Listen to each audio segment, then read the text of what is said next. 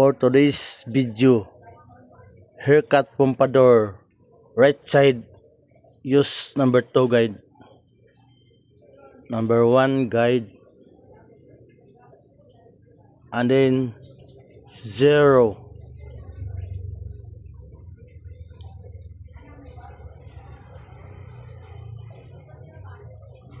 and then right side sieve, flawless.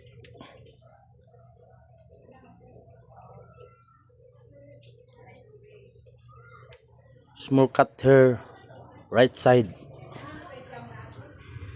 and then use thinning scissor by form.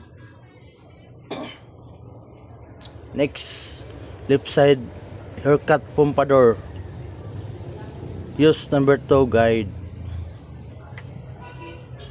and then number 1 guide, and then sieve, flawless, left side. Small cut hair by side, and then use thinning scissor by form.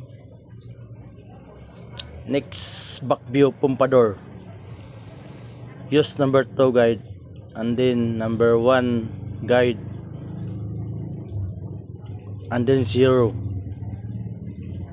and then sieve, flawless, back view. Small cut hair, back view, and then use thinning scissor by form.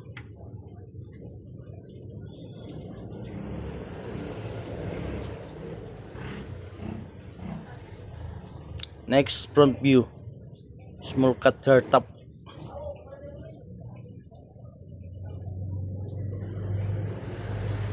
and then use thinning scissor by form.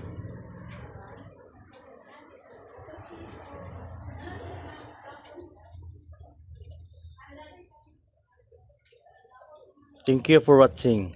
God bless.